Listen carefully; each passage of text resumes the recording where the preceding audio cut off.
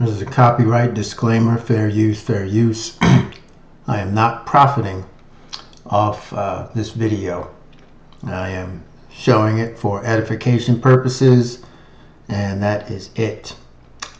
I repeat, I am not profiting off showing this video.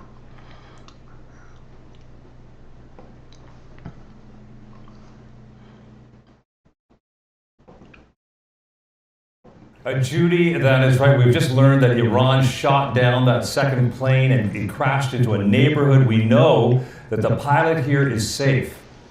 A major escalation in the nearly 5-week war. U.S. officials say it appears an American fighter jet was shot down by Iran. Iranian state media sharing these images of wreckage, which ABC cannot independently verify. The aircraft was a 2-seater F-15 operated by a pilot and a weapons systems officer. One member of the crew was recovered, and the search continues for the other. A U.S. Air Force 1-seater A-10 Warthog attack jet also crashed in the Persian Gulf region this on Friday. According to a U.S. official, the pilot on board was safely rescued. Just 2 days ago, President Trump said Iran was decimated, both economically and militarily. They have no anti-aircraft equipment.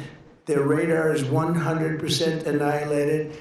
We are unstoppable as a military force. But Iran has continued its retaliatory strikes. I think the military campaign is going to continue. The Iranians are going to continue doing what they're doing, striking the region, trying to interfere with shipping in the Straits of Hormuz. This downing of the fighter jet comes as President Trump escalates his threats against Iran's infrastructure. On social media Thursday, the president writing, the U.S. military hasn't even started destroying what's left in Iran. Bridges next, then electric power plants. Trump saying the U.S. blew up 3 Iranian bridges, sharing this video on his social media, and continuing to warn Iran to make a deal before it's too late. Iran's Fars news agency saying at least 8 civilians were killed and 95 injured in a U.S.-Israeli attack on a bridge near Tehran. Iran, however, not backing down. The foreign minister there posting, striking civilian structures, including unfinished bridges, will not compel Iranians to surrender.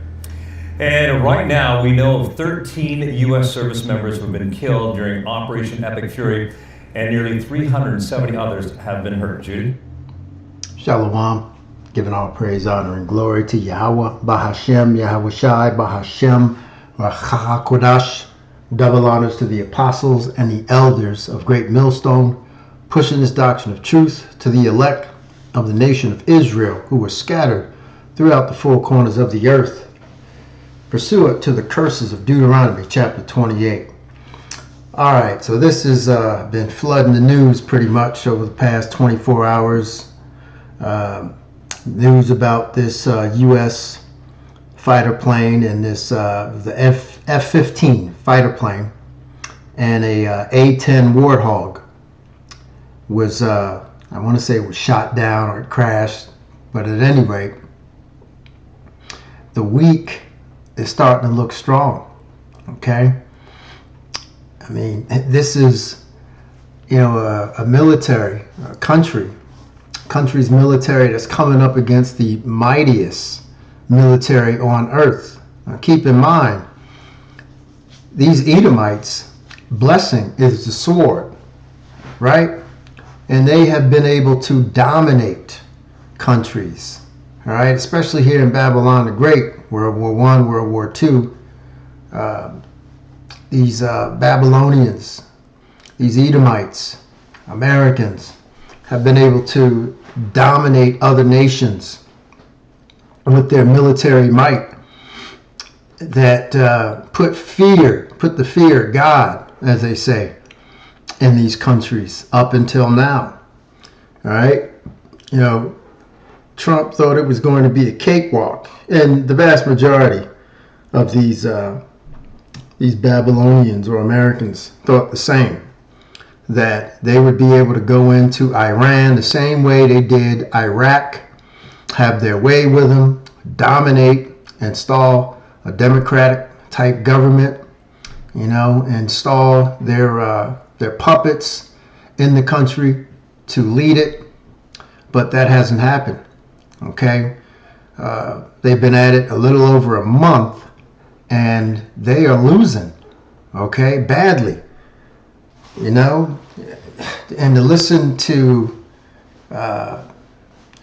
47, Nero, the president, say that they've decimated Iran economically and militarily. It's comedy, because if that were the case, why is the Strait of Hormuz still closed? Why are Americans still paying $4 and some change for gasoline? Okay, so who has the upper hand in this war right now? I would have to say that it's Iran. All right, they are dictating the pace of this war.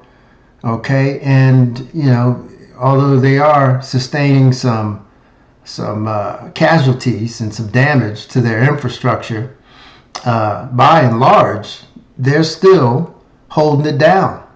Okay, but this is Bible prophecy, right? Let's get some scriptures here, because what we're witnessing is real prophecy happening in real time. And it's funny, not funny, but it's actually amazing to see this playing out, unfolding the way it is according to the Holy Scriptures. All right? Because who would have thought you'd live to see the day that another country, especially in the Middle East, has the upper hand on the mightiest military on this earth? All right? There's something to be said. Now, this is the Heavenly Father putting the Spirit on these people to come up against the Edomites here in Babylon the Great. This is Joel chapter 3, verse 10. Let's start at verse 9. Proclaim ye this among the Gentiles. Prepare war. Okay, war is being prepared, right? Wake up the mighty men. Let all the men of war draw near. Let them come up. Okay, and they are drawing near. I guess Russia just announced that they were going to participate in this war. They're going to join the fight. Okay, so they're going to ally up against or with the Iranians. Okay, the Chinese. Ultimately, they're going to join.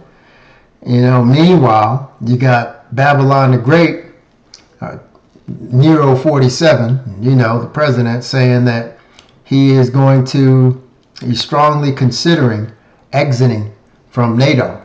Now, if that ain't the worst possible time to leave your allies, I don't know what is. Right? Now, here it is. You're at the cusp of World War III, but you decide you can win, come up against all these other nations on your own without the help of your allies. I mean, it just goes to show you, man, the pride of these Edomites is off the charts. Let's continue. Beat your plowshares into swords, okay? So the plowshares are farming tools. He's saying turn them into swords, weapons of war, right? And your pruning hooks into spears. All right, another weapon of war being forged from a pruning hook. Let the weak say, I am strong. All right? And for decades, Iran, Iraq, Afghanistan, Syria, Lebanon, Libya, all those nations, okay? Japan, they've all been viewed as weak nations to the mighty military of Babylon the Great, okay? But not anymore, right? Now here it is, like I said, Esau, Edom, the Edomites' blessing is a sword. This is their blessing. So they're supposed to thrive militarily and dominate these nations. Okay? But it's coming to a grinding halt because they thought they'd be able to invade Iran, okay, with their air superiority, their F-15s, their F-16s, their A-10 Warthogs, their F-35s, F-17s. All right? I want to say Babylon the Great has 14,000 military planes compared to Russia. I think they have 4,000. Now that is a significant difference. Okay, you got two superpowers, but Babylon the Great's got, 3 times as many planes as Gog and Magog, right? That's a trip. But it just goes to show you that they are, in fact, the wicked. Okay? They are running the world. And you can't deny it at this point. All right? But at any rate, assemble yourselves and come, all ye heathen, and gather yourselves together round about. Thither cause the mighty ones to come down, O Lord. Okay? So they are assembling themselves as nations. All right? This is the prelude to World War III. All right? If we're not already in World War III. I mean, I would venture to say we are. Okay? Obviously, this is the beginning stages of it. All right? And it's going to escalate. It's going to escalate to the point where it's going to be so bad where they're going to institute the draft here in Babylon the Great. All right? And this is why they've changed the age for selective service, or men primarily. They changed the age limit. They increased it. So I saw on YouTube a few days ago, there's a guy as old as 52 years old who got a letter from the government saying that you got to report for duty. All right? So this is no joke. All right? And that's prophecy too, because it said that the virgins are going to be left without a bridegroom. Right? That's because these men are going to go over to the Middle East and they're going to participate in World War III, but they're not going to return. So these women, they're going to be widowed en masse. Okay? They're going to be left without husbands. All right? And that's what Bible prophecy says. And that's where Isaiah chapter 4 verse 1, where it says, and I'm roughly paraphrasing, there's going to be 7 women for 1 man. Okay? It's going to be that bad because of this war. All right? So we know that Babylon the Great is going to take some L's militarily. And what Nero 47 is saying, okay, about them decimating, them militarily and economically, that's nothing but gaslighting. Okay? Now, he's sitting there saying one thing when we can clearly see the news and clearly hear, what's taking place over there, and we see that, they're taking L's. They got planes being shot down. Now they're talking about invading with ground troops, invading Iran. So obviously it's not going according to plan if he feels the need to have to send in ground troops. Okay? And they thought they'd be able to use their air superiority to take them out. Say, oh, no. They've been preparing for this for 20 years. Stockpiling missiles, surface-to-air missiles, right? Ballistic missiles. All right, stockpiling. They got thousands, tens of thousands, okay, in preparation for this war. And they are not playing. Okay, they got drones to carry out attacks. Okay, so they don't have to break out the heavy artillery quite yet. All right, and when they do, it's going to be that much more devastating for Babylon the Great. Okay, let's go to the book of 2nd Esdras,